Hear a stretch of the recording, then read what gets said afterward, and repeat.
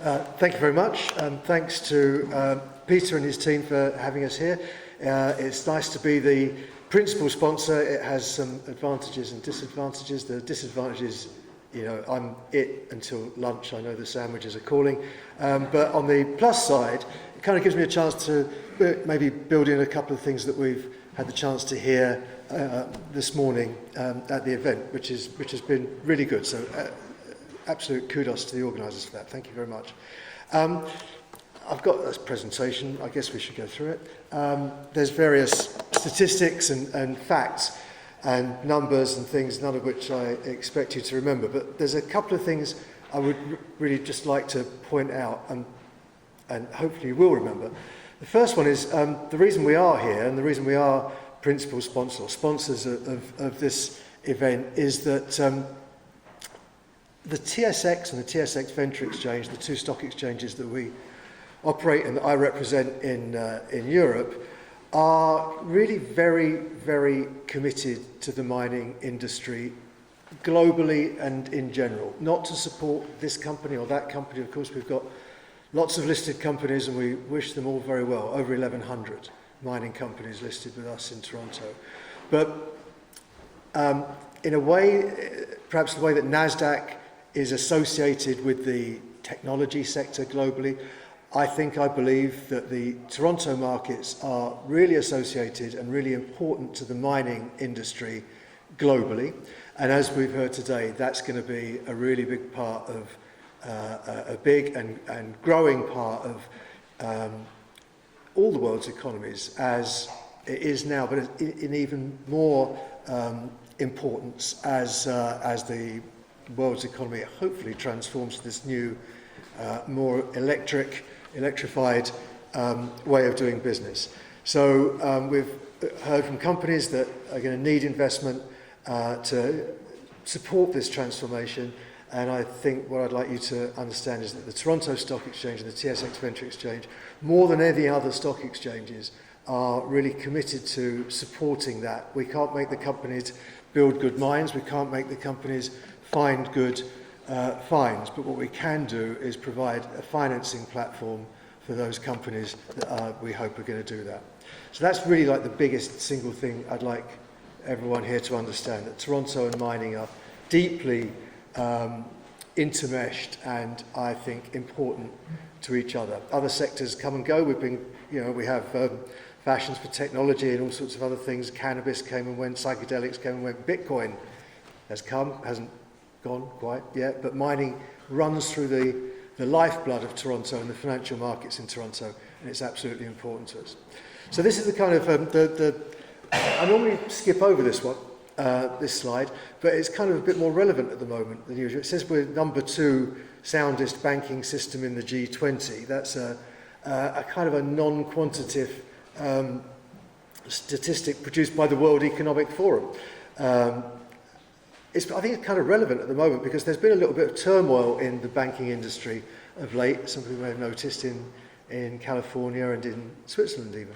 But over the past couple of months, bizarrely, well not bizarrely, but unusually, the Canadian banking sector has actually seen capital inflows into the equity, into the shares of the big listed, the 6 main listed Canadian banks. They've seen foreign buying of their shares, and this at a time when banking is, as a sector, has undergone sudden stress. So I don't really know what the World Economic Forum's methodologies are, but I think I would trust the equity flows.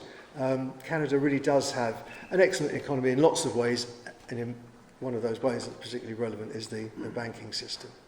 Our market has become very large over the past few years, since I started working for Toronto, of course. I don't think it's all down to me.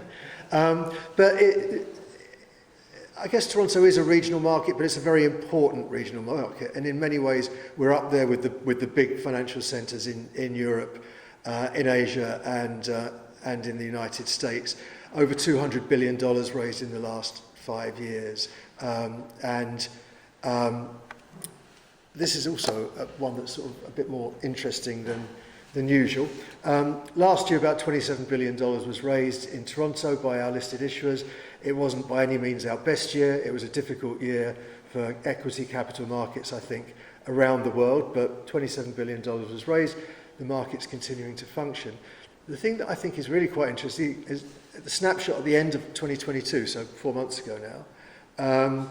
The market capitalization of the Toronto Stock Exchange and the TSX Venture Exchange, all the companies added together, their market value was approaching $4 trillion. That was pretty much the same at that point in time as the total market cap of the London Stock Exchange and AIM. And it's very interesting, over the past 10 years, maybe longer, the relative positions of London and Toronto have really changed quite significantly. And Toronto still is, a regional market, in lots of ways overshadowed by the much, much bigger markets in New York. But it is now as big, roughly, as the London Stock Exchange in total value. That's not a mining thing, that includes all the other companies as well. But by being in Toronto, companies are not in a small market. It is a regional market, but it's a very important and very large market. An awful lot of the business comes from outside Canada, as you would expect in any proper, well-connected, well-respected market. About 40% of the trading on any average day, we think, comes from outside Canada. An awful lot of that from the United States, but of course from around the world. One other thing that I think we do really, really well, one thing that I think Canada, the Toronto Stock Exchange does really, really well, is structure and support a market that's designed for small companies and helps those small companies to grow. So we have a junior market, the TSX Venture Exchange, and the senior market, the TSX. Other exchanges have a similar approach to it. I think the thing that stands out in Canada is that junior market has produced and continues to produce companies that go on. They grow up, they go on to the senior market, and some of them become very big companies indeed. So over the years, over 750, I think now it's closer to 800 companies that began their lives on the junior market, have, as we call it, graduated onto the senior market. Some of them are in the big blue chip indices. Companies that started as tiny little, $2, $3, $4 million listings are now into the tens of billions of dollars in market value. And I don't think any other stock exchange system anywhere in the world does that as well as Toronto. And this isn't the time to go into the reasons for it, but I think most of that is really due to factors outside the TSX and the TSX Ventures control. But what we have done continually is invest in the junior market in financial terms, but also in human capital. We have people to operate that market. We update it. We value it. For the Toronto markets, the junior market is in many ways the defining feature of equity capital markets there. And nowhere else, I think, in the world has the platform and the associated sort of other infrastructure outside the exchanges to support the growth of junior companies the way we do. It's really impressive. There's no real trick to it, I don't think. It's the rule book's up on the website if anyone wants to print it out and have a go. But Toronto makes it work. So specifically on mining, I said we're very important to mining and we value mining very highly. The last 5 years, over 36% of all the money raised by public mining companies in the world was raised in Toronto. Of all the financial transactions done by public mining companies in the world, nearly half was, in the last 5 years was done in Toronto. Over the last 5 years, our companies have raised about $44 billion. The mining companies have raised $44 billion, more than any other stock exchanges anywhere in the world. The money's being spent all around the world. just over 50% of the properties belonging to our listed mining issuers are in Canada, which means that nearly 50% are outside Canada. 48% of the 5,500 projects that are being financed in Toronto are outside Canada. And this is the stripped down deck. I took out the 18 country-specific slides that can follow this. We have slides for lots of different mining jurisdictions. But the point is, you can finance mines all around the world in Canada. Of our mining companies on the TSX, over half of them began as junior miners. And even last year, when conditions in equity capital markets weren't great, we had 3 more grow up.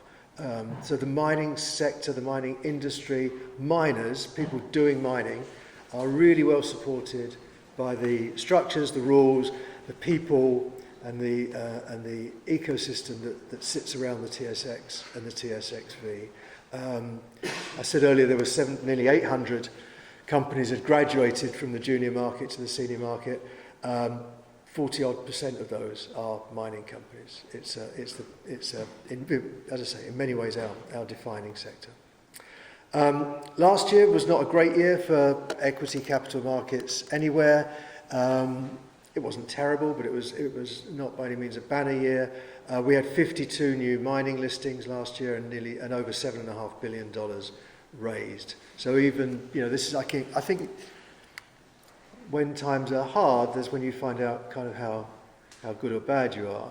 And $7.6 billion raised, by no means our best year, but not a bad year for us, and by no means our worst year. So even when conditions are difficult, we can get new companies, we have the structures and the rules to get new companies listed and to raise new money for those companies and for the existing listed issuers. The mix is changing, and we've heard quite a bit about that this morning.